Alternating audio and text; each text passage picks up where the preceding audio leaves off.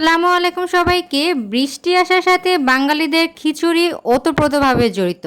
বৃষ্টি দেখলেই হলো, খিচুড়ি হতে দেরি না। কিন্তু খিচুড়ি রান্না করার পরে আমি একটা মহা ঝামেলার মধ্যে পড়েছিলাম, সেটা আজকে শেয়ার করব। আর সাথে সাথে এই খিচুড়ি রান্নাটাও শেয়ার করব। এখানে আমি ভাতের চাল দিয়ে খিচুড়ি রান্না করব আর 2 পদের ডাল নেব। যেহেতু ভাতের চাল দিয়ে রান্না করব, তার সিদ্ধ হতে সময় বেশি লাগবে, তাই আমি এখানে ধুয়ে আধা ঘন্টার মতো ভিজিয়ে রেখেছি। সাথে মুগ ডালও ধুয়ে আধা ঘন্টা ভিজিয়ে রেখেছি। এই মুগ ডাল কিন্তু আমার নানু আমাকে দিয়েছে। বলা যায় নানুর ভালোবাসা এটি। প্রত্যেক নাতি নাতনির কাছে তার নানুর ভালোবাসা অনেক স্পেশাল। নানিরা যেরকম ভালোবাসে অন্য কেউ সেরকম ভালোবাসতেই পারে না। নানিরা কিন্তু তার নাতিদের জন্য অনেক কষ্টও করে।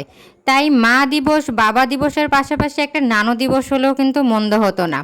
যাই হোক, কথা শেষ করে এখন রান্নার দিকে চলে যাই। একটি প্যানে আমি গরম মশলা দিয়ে পেঁয়াজ বাটা, আদা বাটা, রসুন বাটা সব কিছু তেলের সাথে ভালো করে কষিয়ে নিয়ে তারপরে কিন্তু দিয়ে দেওয়া হয়েছে হলুদ গুঁড়ো এবং মরিচের গুঁড়ো। অল্প অল্প পানি দিয়ে কিছুক্ষণ যাবৎ কষিয়ে নিব। অনেকক্ষণ যাবৎ মশলা কষালে কিন্তু রান্না অনেক ভালো টেস্ট আসে। তারপরে ধনিয়া গুঁড়া এবং জিরা গুঁড়ো দিয়েছি। জিরাটা এখানে ভাজা জিরা গুঁড়ো দিয়েছি। তারপরে আবারও পানি দিয়ে কিছুক্ষণ কষিয়ে নেব।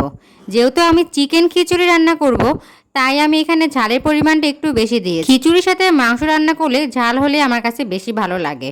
তো লবণ দিয়ে আরও কিছুক্ষণ কষিয়ে নিয়েছি। যখন দেখেছি তেল উপরে উঠে আসছে, তখন আমি চিকেনগুলো দিয়ে কিছুক্ষণ কষিয়ে নেব। এখানে রান্নার কালারটা কিন্তু দারুণ এসেছে। আমার কাছে আমার রান্না অলওয়েজ বেস্ট। মাঝে মধ্যে রান্না একটু ভুল ত্রুটি হতেই পারে, কিন্তু ম্যাক্সিমাম সময় রান্না অনেক ভালো হয় আমার মতে। চিকেনগুলো ভালো করে কষিয়ে নিয়ে এখানে সেই চাল ডালগুলো দিয়ে কিছুক্ষণ ভেজে নিব। পানি যখন শুকিয়ে যাবে তখন আরও কিছুক্ষণ চাল ডালগুলো ভেজে নিব। চাল ডালের এই ভাজার শব্দ আমার অনেক ভালো লাগে শুনতে। তারপরে কিছু আলুও যোগ করব। আলু দিয়েছি ছোট ছোট কুচি করে কেটে, সেগুলো দিয়ে আরও কিছুক্ষণ ভেজে নিব। যত বেশি ভাজবেন তত বেশি ঝরঝর হবে। আর যেহেতু এটা ভাতের চাল দিয়ে রান্না হয়েছে, পোলাও চাল মতো অত ঝরঝরা হবে না। এখানে পরিমাণ মতো পানির থেকে আমি 1.5 পট পরিমাণ পানি বেশি দিয়েছি। আমরা জানি যতটুকু চাল দেয় তার ডাবল পরিমাণের পানি দেয়। যেহেতু এখানে আমি ভাতের চাল দিয়ে রান্না করছি, তাই এখানে 1.5 পট এক্সট্রা পানি দিয়েছি। ঢাকনা দিয়ে ঢেকে দিয়ে কিছুক্ষণ পর পর নেড়ে চেড়ে দিব, যে পানি শুকিয়ে গেল কিনা সেটা চেক করার জন্য। আবারও কিছুক্ষণ ঢাকনা দিয়ে ঢেকে দিব।